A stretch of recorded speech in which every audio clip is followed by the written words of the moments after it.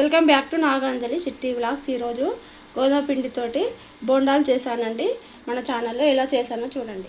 గోధుమ పిండి పునుగుల కోసం, బోండాల కోసం అనుకోండి, పునుగులైనా బోండాలైనా ఒకటే.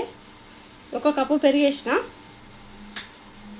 దీంట్లో ఒక అర స్పూను జీలకర్ర వేసుకోవాలి. జీలకర్ర ఇప్పుడు ఇలా కొంచెం వంట సోడా, ఇంత వంట సోడా వేసుకొని ఇప్పుడు ఇవి మంచి కలుపుకోవాలి.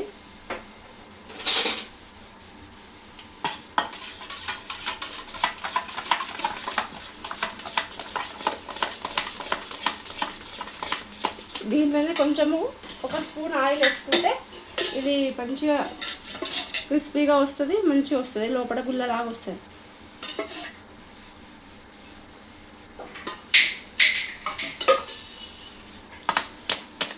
ఇట్లా మనం సోడా వేయగానే చూడు పెరుగు ఎట్లా అయిపోయిందో. ఇట్లా అయిన తర్వాత ఇప్పుడు దీంట్లో మనము ఒక స్పూన్ సాల్ట్ వేస్తున్నా.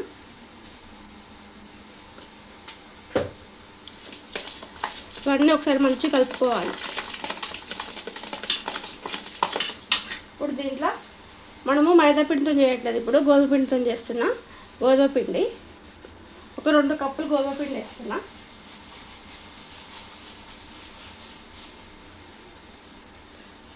నేను ఒక కప్పు అది పెరుగు తీసుకున్నా, 2 కప్పుల అది గోధుమ పిండి తీసుకున్నా. ఇప్పుడు దీంట్లోనే మనము ముందుగానే కట్ చేసుకున్న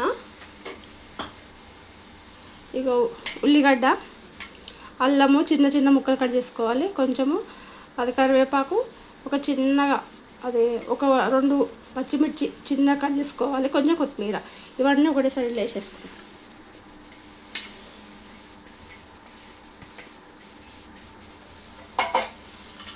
ఇప్పుడు ఇవన్నీ ఒక్కసారి మంచిగా కలుపుకోవాలి.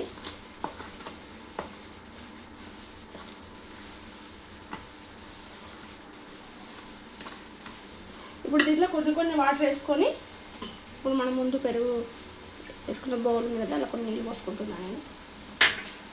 ఇప్పుడు కొన్ని వాటర్ వేసుకొని కలుపుకోవాలి, చేతిని కలుపుతున్నాను. ఇప్పుడు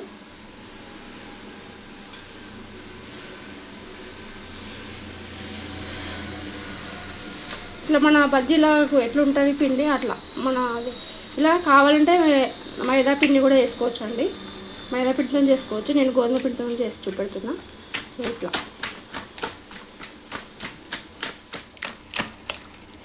ఇట్లా మంచిగా కలుపుకోవాలంటే ఇట్లా కిందికి మీదకి ఇట్లా మంచిగా, అంటే ఇది లోపల వరకు మంచిగా ఇట్లా అవుతుంది, మంచిగా కలుస్తుంది, ఇట్లా పొంగుతుంది కూడా.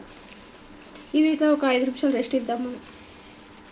ఇట్లా కలుపుకొని ఒక 5 మినిట్స్ రెస్ట్ ఇస్తే మంచిగా అది నానుతుంది పిండి కూడా. ఇట్లా ముందే నేను ఆయిల్ పెట్టుకున్నా అండి, వేడైంది. ఇప్పుడు దీంట్లో మనం పునుగులు వేసుకుందాం. ఈ మంట మీడియం ఫ్లేమ్ పెట్టుకోవాలి, బాగా హై పెట్టుకోవద్దు. ఇలా చిన్నగా వేసుకుంటే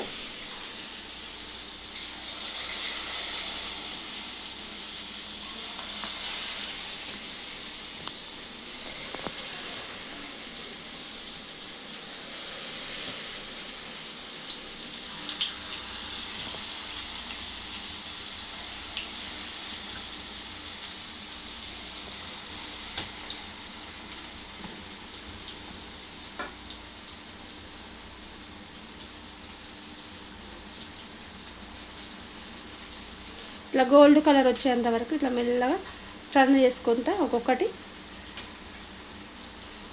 ఇట్లా కాల్చుకోవాలి. ఇట్లా కొంచెం సిమ్ పెట్టుకుంటేనే, కొంచెం అది మీడియం ఫ్లేమ్ పెట్టుకుంటేనే లోపల వరకు మంచిగా కాలుతాయండి. ఈ విధంగా కాల్చుకోవాలి.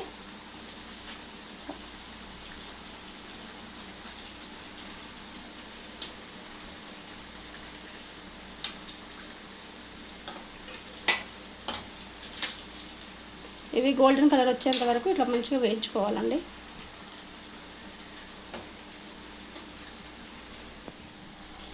ఇట్లా పిల్లలకి అది ఈవినింగ్ స్నాక్స్గా చేసి పెడితే చాలా బాగుంటుంది. నా వీడియో నచ్చినట్టయితే లైక్, షేర్, కామెంట్, సబ్స్క్రైబ్ చేసుకోండి. ఇక ఇవి వేగిపోయినాయండి, ఇప్పుడు తీసేసుకుందాం మనం ప్లేట్లకి.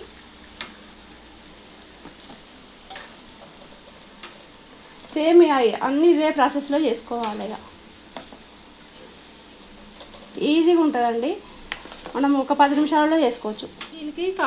దీని కాంబినేషను పల్లి చట్నీ అయినా కొబ్బరి చట్నీ అయినా బాగుంటుంది. నేనైతే ఇది కొబ్బరి చట్నీ చేసిన. ఇది చాలా బాగుంటుందండి. నేను ఇది కూడా మన ఛానల్లో పెడతా. నేను ఇప్పుడు పెట్టలేదు.